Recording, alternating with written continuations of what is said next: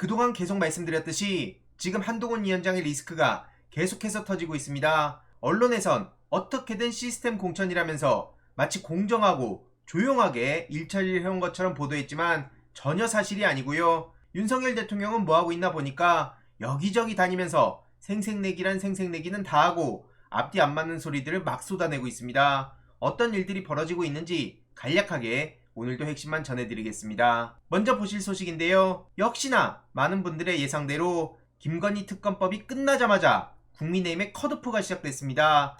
그래서 건생구팽이란 말이 나오고 있는데요. 참고로 말씀드리자면 이전까지는 수돗물 먹방을 저렇게 하고 있던 김영선 씨가 컷오프되고 다른 현역 의원들은 불패 신화를 쓰고 있다, 이런 말들이 나오지 않았습니까? 그런데 이제 본격적인 칼질이 시작된 건데요. 먼저 오늘 새벽 이런 단독 보도가 나왔습니다. 여론조사 1위인 유경준 씨를 날린 겁니다. 그래서 지금 수상한 시스템 공천이란 얘기가 나오는데, 간략하게 말씀드리자면 국힘 공관위에서 고동진 전 삼성전자 대표이사를 서울 강남병에 공천했습니다. 그리고 여기에 현역으로 있던 유경준 의원을 컷오프 시킨 건데요. 문제는 저 유경준 의원이 여러모로 보더라도 경쟁력도 높고 자를 명분도 없었다는 겁니다. 이러니 도대체 누굴 위한 시스템 공천이냐, 이런 말이 국힘 내부에서도 나오고 있다는 거고요. 도대체 어떤 부적격 기준인지 밝히지도 않았다고 합니다. 그저 장동혁 사무총장은 재배치 논의 중이다, 이렇게 설명하고 끝내려고 한 거죠. 그리고 친박계 후보가 단수 추천을 받기도 하는데요. 대구 달서갑의 유영하 변호사 다들 아실 겁니다. 박근혜 씨의 최측근으로 꼽히는 사람인데 지금 이게 뭐가 어떻게 돌아가는 거냐, 이런 비판이 이어질 수밖에 없는 거고요. 결국엔 자칭 보수정당의 저런 계파 갈등이 아직까지도 이어지고 있다, 이런 비판까지도 계속해서 나올 수밖에 없는 상황인 거죠. 막판에 물갈이를 착수할 거란 관측은 이른바 쌍특검 국회 재표결이 부결된 직후에 나왔었는데, 이건 많은 시민들이 예상했던 겁니다. 이와 관련해선 공관위 측에 수차례 취재진들이 입장을 물었지만 답변은 없었다고 하고요. 이러니까 언론에서도 건생구팽이란 말이 나오는 겁니다. 일단 여기까지 보더라도 그동안 국민의힘이 리스크 될 만한 것들은 뒤로 다 밀어놓고 그전까지는 민주당이 실컷 두들겨 맞고 언론은 이걸 또 즐기고 한동훈 위원장은 계속 깐죽대고 이랬었다는 건데, 이제는 국민의힘 내부 잡음이 더욱더 커질 수밖에 없는 타이밍이고요. 반면 민주당은 지금 최대한 잡음을 정리해가는 수순으로 가고 있는 거죠. 이런 이에 대해서도 많은 비판의 목소리가 나오고 있고요. 그동안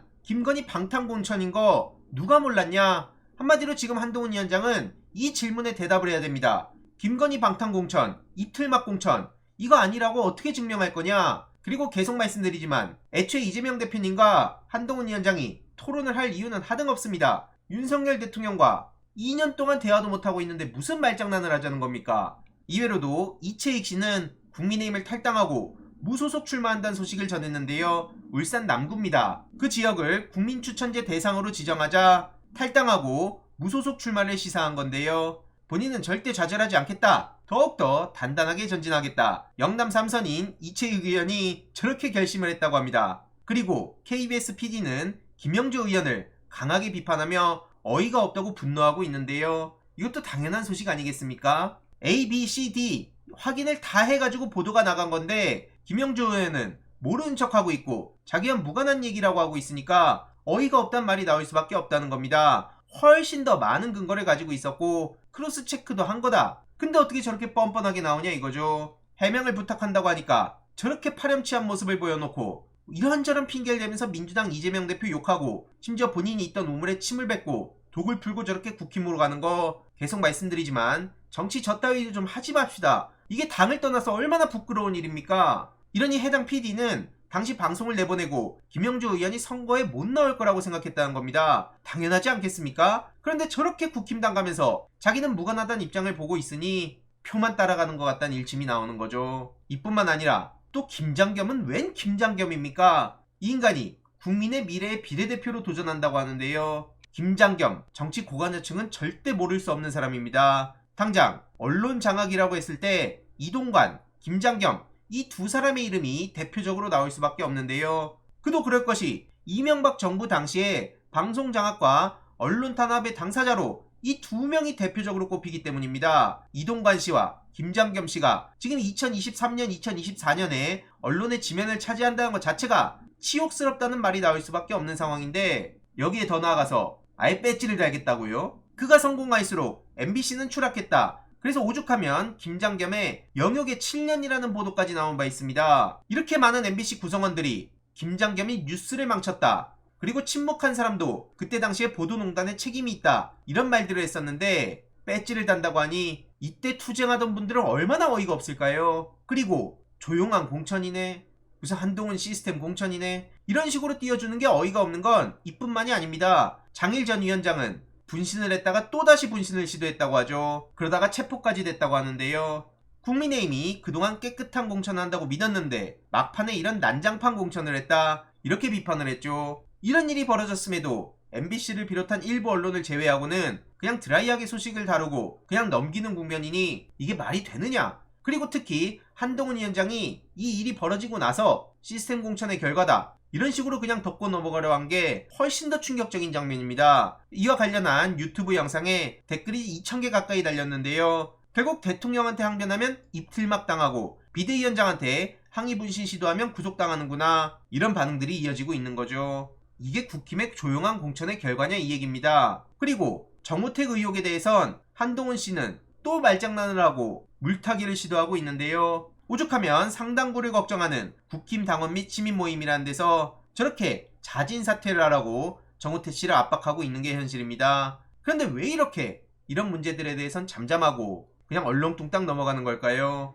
이걸 보면서 민주당 그냥 이겼다, 국힘 망했다, 이런 얘기를 하자는 게 아닙니다. 최소한 언론만 보면서 우리가 너무나 불행해를 돌릴 필요는 없다는 얘기고, 당연히 긴장은 긴장대로 하되 저런 언론의 프레임에 넘어가서 주위의 친구들이 뭐라 할 때 눈치 보고 입 다물고 그냥 어차피 답 없어진 것 같으니까 투표장 가지 말자, 이렇게 생각할 필요가 없다는 의미고요. 저게 한동훈의 시스템 공천이 대박난 겁니까? 그리고 이게 조용한 공천이라고 할 수 있는 겁니까? 뭐로 보더라도 말이 안 맞는다는 얘기입니다. 심지어 어제는 또 이토 1호범위 관련해서 잘 키운 인재란 망언이 터져서 이 또한 논란이 커졌죠. 이와 관련한 기사의 댓글도 2000개 넘게 달릴 정도인데요. 그러자 한동훈 위원장은 입조심 경계령을 내렸다고 합니다. 국민 눈높이에 맞는 언행을 하라는데 본인 거울이나 보고 얘기하라니까요. 지금 윤석열 대통령은 뭐하고 있나 보니까 민생 토론회랍시고 여기저기 생색내기하고 총선용 포퓰리즘을 한다는 비판을 언론으로부터도 받고 있습니다. 그러면서 수영장, 헬스장 이용료, 소득공제 얘기를 하자 오죽하면 펜코에서도 R&D 예산 깎아서 헬스비 소득공제 해주냐, 도대체 무슨 정치를 저렇게 하냐, 포퓰리즘 레전드다, 이런 비판이 나오고 있고요. 이러니 민주당 이재명 대표는 공약이나 다름없는 정책 발표다, 법적 조치가 필요하다고 비판을 했습니다. 논란이 거세지자 대통령실에선 이거 성공용 아니다, 그냥 지역 민생 해결을 위한 거다, 이런 얘기를 하고 있는데요. 그럼 묻지 않을 수가 없습니다. 도대체 지난 2년 동안 왜 놀기만 하고 제대로 민생 챙기지도 않고 입틀막이나 하다가 선거 코앞에 두고 이제 와서 지역 민생을 챙긴다고 하는 겁니까? 그럼 그동안 본인들은 뭐 한 겁니까? 해외에 나갈 돈은 그렇게 열심히 챙기면서 복지비라든지 내수시장 활성화라든지 뭐 이런 문제에 대해서 관심조차 없었잖아요. 이러니까 이런 비판을 당연히 할 수밖에 없는 거 아니겠습니까? 이에 홍익표 원내대표는 윤석열 대통령이 무려 925조를 남발했다고 비판했고요. 이런 식이라면 1000조도 금방 쓰지 않겠냐? 이건 촘촘하게 계산된 불법 관건 선거다, 이렇게 지적하기도 했습니다. 윤석열 대통령과 여당 단체장 그리고 국회의원들만 참여하는 국힘 선대위 행사 아니냐, 이런 비판도 빠짐없이 나오고 있고요. 이런 와중에 정신 못 차리고 저렇게 홍영표 씨가 결국 민주당의 침을 뱉고 탈당한다고 합니다. 이게 도대체 무슨 보도의 가치가 있는지도 잘 모르겠는데요. 저런 인간이 무슨 친문 좌장이네 아니네 이러는 것 자체도 코미디입니다. 언론이 저렇게 실어주는 이유가 뭐겠습니까? 마지막으로 어제 100분 토론 못 보신 분들은 꼭 한번 보시길 바랍니다. 유승민 전 의원의 그냥 무작정 이재명 대표 때리기, 이런 모습에 유시민 작가님이 웃으면서 능수능란하게 팩폭을 날리는 모습을 보실 수 있고요. 그래서 오늘의 결론, 한동훈 위원장의 조용한 공천마저도 말 같지도 않은 언플이었다. 그리고 윤석열 대통령의 저런 말 같지도 않은 민생 챙기기, 선거 앞두고 이제 와서 저렇게 한들 알만한 사람들은 다 안다. 하지만 우리가 주위에 한 명이라도 더 설득하는 게 필요하다고 보고요. 이와 관련한 추가적인 소식도 계속 전해드리도록 하겠습니다. 이번 내용도 유익했다면 구독, 좋아요, 알림 설정, 멤버십 가입 정말 큰 힘이 된다는 점 말씀드리고 싶습니다. 주위에 널리 공유 부탁드립니다.